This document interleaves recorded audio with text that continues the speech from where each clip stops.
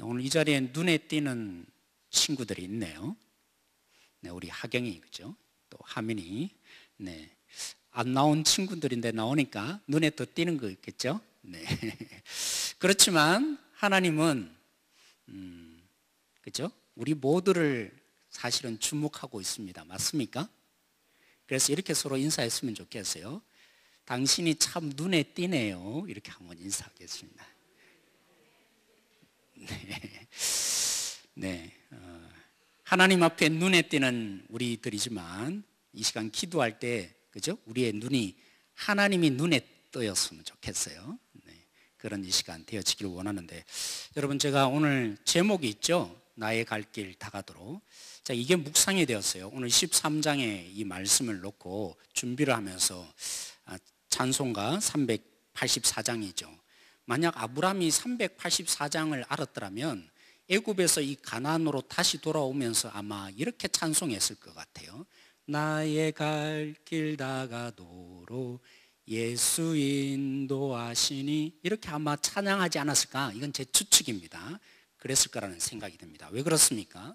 아브라함이 기근 속에서, 그죠? 12장에 어떻게 해석했어요? 애굽이 가까워져 가니까 하나님이 여기로 인도하는 줄 착각을 하고 어디로 갔어요?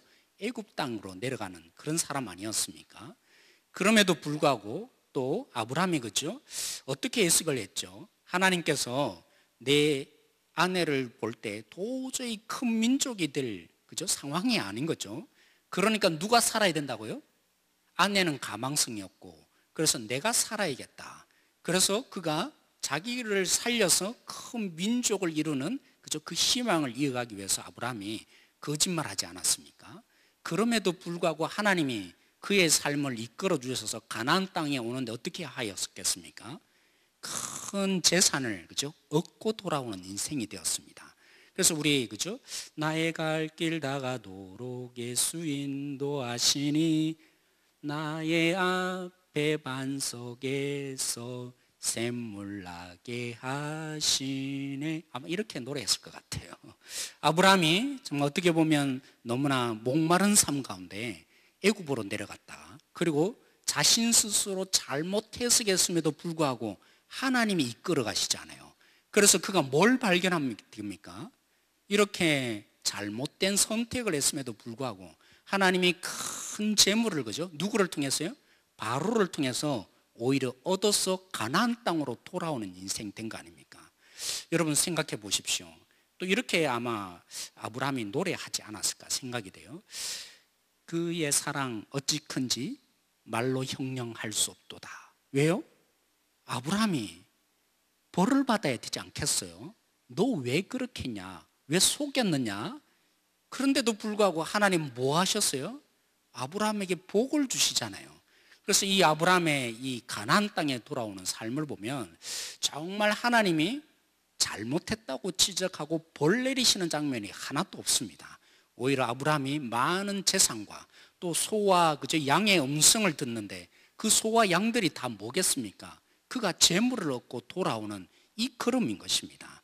그래서 보면 참 표현하듯이 아브라함의 인생 13장으로 이 가나안 땅으로 다시 돌아오는 이 아브라함의 삶이야말로 하나님이 인도하셔서 정말 그 메마른 땅에 샘물을 얻게 하시는 삶이었고, 하나님이 그를 여전히 실수와 잘못 오해함에도 불구하고 사랑하여 주시는 그 삶의 현장에 펼쳐지는 거 아니겠습니까? 근데 한 가지 여전히 해석되지 않는 부분이 1절만은 제가 노래를 하지 못하겠더라고요. 여러분 384장 1절에 뭐라고 합니까? 무슨 일을 만나든지 뭐 한다고요? 만사형통하리라. 무슨 일을 만나든지 만사형통하리라. 무슨 일을 만나든지 만사형통하리라. 아브라함이 지금 13장에 가면서 그런 일을 당하고 있습니까?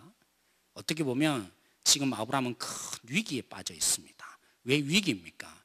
그가 하나님이 애굽이 아니구나, 그래서 순종하여 가나안으로 오지만 여전히 그 가나안 땅의 기근이 해결된 상황이 아닙니다.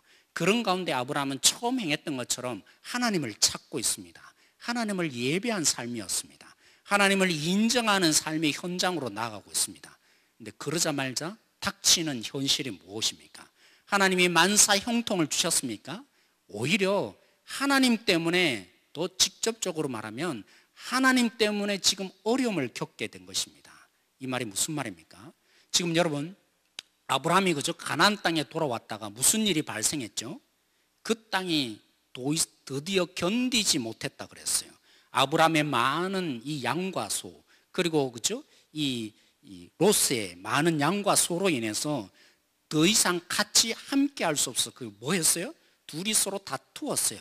그래서 아브라함이 야, 안 되겠다. 우리 이래서는 안 되겠다. 너 좌하면 나 우하고 너 우하면 좌하리라.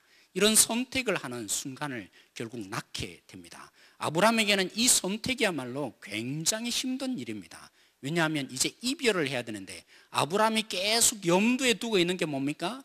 조카 롯이야말로 후계자일 거다. 하나님이 이제 내 아내에게는 아들을 얻을 수 없으니까 조카 롯이야말로 후견자로 큰 민족을 이루는 시작이 될 거다. 그 생각을 했던 거 아닙니까? 근데 롯과 이제 헤어진다면 그냥 단순히 헤어지는 문제가 아니라 이런 일이 발생하는 위험을 겪게 되는데 그 원인이 어디 있습니까?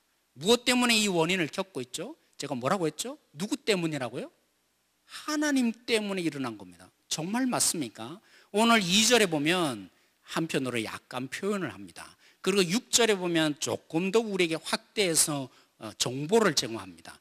왜 둘은 헤어질 수밖에 없었고 이 땅이 그죠? 함께 할 수 없는 이 땅이 견디지 못하는 그 땅이 된 겁니까? 가나안 땅에 돌아왔는데 이제 그 땅이 아브라함의 이 재산과 이 가축들로 인해서 그 땅이 견디지 못하는, 그래서 함께 할 수 없는 땅이 된 것입니까? 여러분 상상을 해 보십시오. 처음 애굽으로 내려가기 전에 이런 일을 겪은 적이 있습니까? 아브라함이 그죠? 그 땅에 들어왔는데 그 땅이 견디지 못할 만큼 많은 가축과 재물이 있었을까요? 그런 얘기가 없어요. 그죠? 그리고 우리가 아는 대로 애굽 땅에 내려갔다가 만약 돌아온다고 생각해 봅시다. 이 양과 그죠? 소와 또 다른 가축들이 잉태를 해서 순풍순풍 그죠? 새끼를 낳았다 치십시다. 낳아봐야 얼마나 낳겠습니까? 그 가축이 한꺼번에 돌아오는 순간에 도저히 견딜지 못할 만큼 그런 가축이 되었겠어요? 아브라함이 원래 가지고 있던 가축으로 말입니다. 근데 왜 이렇게 된 거죠? 그 이유가 뭡니까? 아브라함 때문이 아니에요. 그렇죠? 오늘 12장에 하나님이 개입하시지 않았습니까? 야, 너 손대지 말라. 애굽 바로에게 너 손대지 말라. 그래서 바로가 결국에는 그죠? 이 아브라함을 내어보내면서 뭐 하였죠? 엄청난 양의 가축을 선물로 준 겁니다. 비록 바로가 선물로 준 것이지만 누가 개입한 것입니까? 하나님이 개입하셔서 아브라함이 엄청난 양의 가축을 그죠? 자연적인 출산이 아니라 바로로부터 이 은혜를 입어서, 더 직접적으로 말하면 오늘 이 본문은 우리에게 그냥 암암리에 얘기해 주고 있지만 누구 때문인 겁니까? 하나님 때문에 엄청난 양의 이 재물이 늘어나서, 그래서 도저히 견딜 수 없는 상황이 되어서 아브라함이 지금 어려움을 겪기 시작한 것입니다. 그래서 어떻게 보면 이 본문 자체로만 보면 정말 그렇게 노래할 수 없는 것 같습니다. 하나님이 복을 주었는데 무슨 일이 발생한 거예요? 아브라함이 지금 자기 자녀, 자기 친척과 헤어질 위기를 지금 겪고 있습니다. 후견자가 이제 무너질 상황에 위기를 아브라함이 겪고 있는 것입니다. 하나님의 복이 오히려 뭐가 된 거죠? 아브라함에게는 지금 헤어짐의 순간을 낳고 있는 것입니다. 더 큰 문제가 뭡니까? 하나님의 약속조차도 지금 하나님이 주신 복 때문에 위기를 겪을 처지가 된 것입니다. 왜 그렇습니까? 아브라함이 선택권을 주잖아요. 롯아, 내가 너를 후견자로 여기게, 이왕이면 너가 더 큰 땅, 좋은 땅을 차지했으면 좋겠다. 물론 하나님을 그가 믿기에 이제 하나님이 어디든지 계시기 때문에 그런 희생을 한 것은 분명하지만 여전히 아브라함은 이 조카 롯이 더 막 좋은 땅을 가져서 후견자로서 그 역할을 감당할 수 있는 사람이 되기를 원하여서 뭐라고요? 네가 좌하면 내가 우하리라. 여러분 이 본문을 잘 생각해야 합니다. 왜 이게 위기입니까? 하나님이 아브라함에게 이미 오래전에 약속을 하셨어요. 네가 보는 그 가나안 땅 누구 것이라고요? 너의 후손이 얻을 땅이다. 너의 후손이 소유할 땅이라고 하나님 말씀해 주셨어요. 그런데 여기를 잘 보십시오. 네가 좌하면 내가 우하리라. 이것이야말로 가장 큰 하나님의 지금 약속의 위기의 순간이 닥친 것입니다. 아브라함은 모르죠. 아브라함은 지금 선택권을 주는데 그 선택권이야말로 하나님이 주셨던 이 약속, 이 약속의 위기가 온다는 것이죠. 뭐 때문에요? 하나님이 복을 주신 결과 그 복 때문에 지금 모든 삶의 평탄함이 아니라 너의 가는 모든 길이 그죠? 이 행복하고 평탄한 삶이 아니라 복을 얻는 사람이 아니라 형통한 삶이 아니라 오히려 지금 하나님의 약속마저도 얻지 못하는 위기가 찾아온 것입니다. 여러분 지도를 여러분들이 참 조금 생각을 하셔야 되는데 너가 좌하리란 이 속에 어떤 위기인지 아십니까? 애굽에서 지금 올라오고 있어요. 그죠? 그러면 좌측이 어디냐면 여러분 아브라함이 이렇게 쭉 올라오는데 좌측은 저 북쪽 그죠? 세겜 지역을 포함한 이 가나안의 북쪽 지역을 말합니다. 그래서 아브라함이 올라오면서 딱 보면서 좌편이 바로 가나안의 북쪽을 말하는 것입니다. 우편은 어디겠어요? 바로 헤브론 땅이라고 여겨지는 이 가나안의 남쪽 지역을 말합니다. 그래서 이 아브라함이 말한 대로 그죠? 이 만약 롯이 선택을 그렇게 했더라면 너가 좌하면 내가 우하리라 한 대로 만약 그 롯이 좌측을 선택하였다면 아브라함은 뭐 하는 것입니까? 조카 롯이 누굽니까? 여러분의 암몬과 그죠? 모압 자손의 조상이에요. 그래서 실질적으로 하나님의 주시는 약속, 그는 이제 만약 롯이 그 선택권대로 북쪽을 선택했더라면, 좌측인 북쪽을 선택해 버렸다면 반쪽만 하나님의 약속이 이루어지고 마는 것입니다.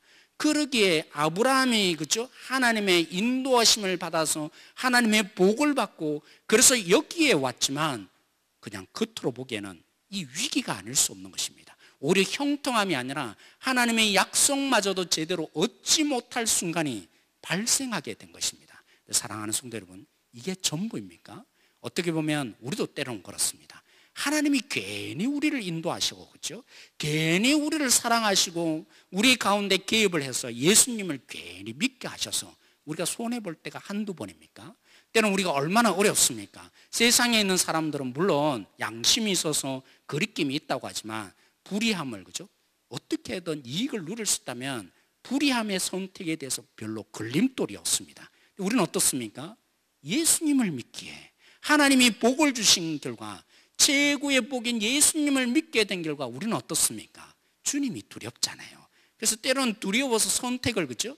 양심의 가책을 받고 두려워서 불의한 일을 그냥 넘어갈 수가 없습니다.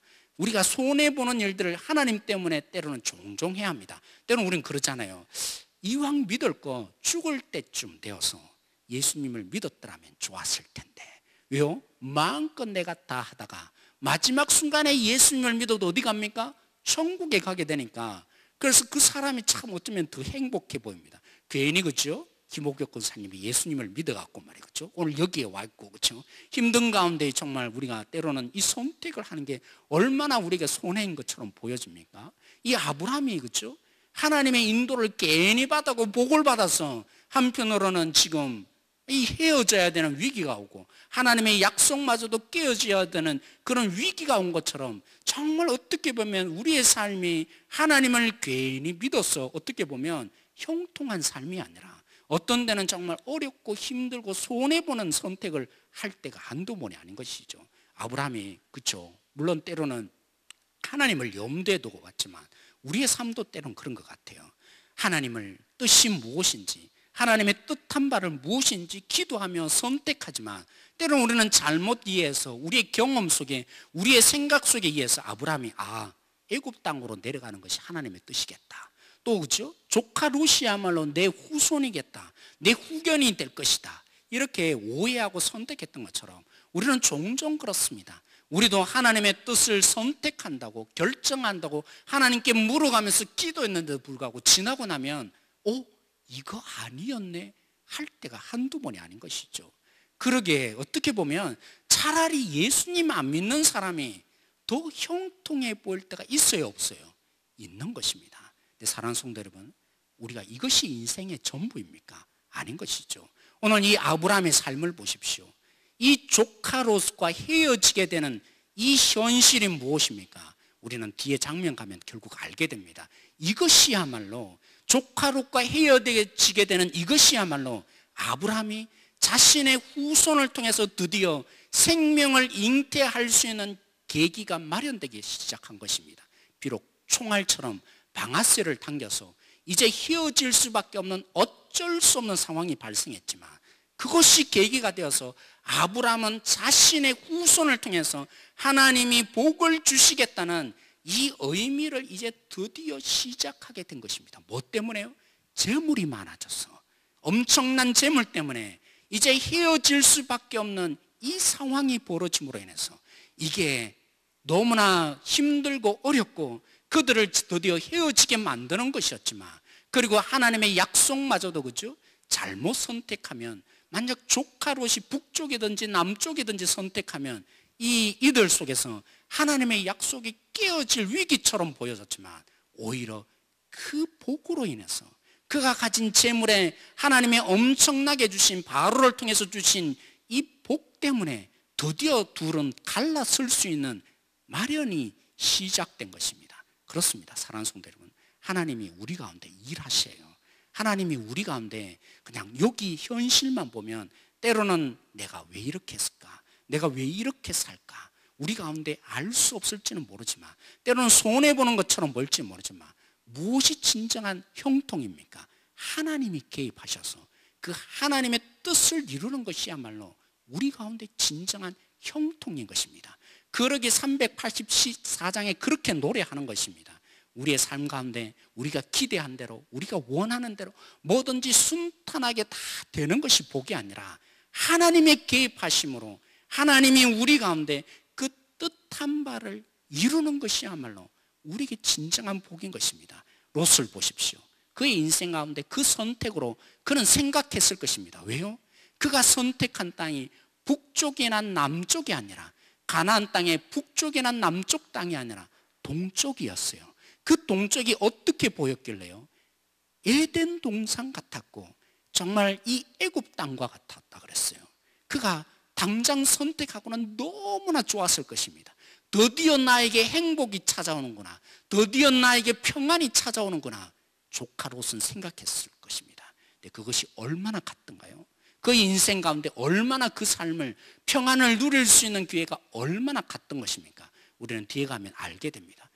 조카 롯이 어떤 고통과 고난을 당했는지 우리는 알게 될 것입니다. 사랑하는 성도는 그렇습니다. 하나님은 우리에게 이 한순간을 살게 하려고 우리를 구원하신 분이 아닙니다. 오늘 여기 하루의 평안을 살게 하려고 우리를 구원하신 하나님이 결코 아닙니다. 하나님의 약속을 이루어서 그 하나님의 세계를 우리 가운데 끌어당기시고 하나님의 시간 속에 우리를 살게 하시려고 우리 가운데 무엇이 진정한 평안인지, 무엇이 진정한 형통인지 세상 가운데 또한 증명해 주기 위해서 하나님이 우리 가운데 개입하실 것입니다. 하나님이 반드시 그 약속하신 바를 이루셔서 우리 가운데 무엇이 진정한 형통의 복인지를 보여주시고자 우리 가운데 끝까지 놓치지 않고 일하여 주시는 하나님이실 것입니다.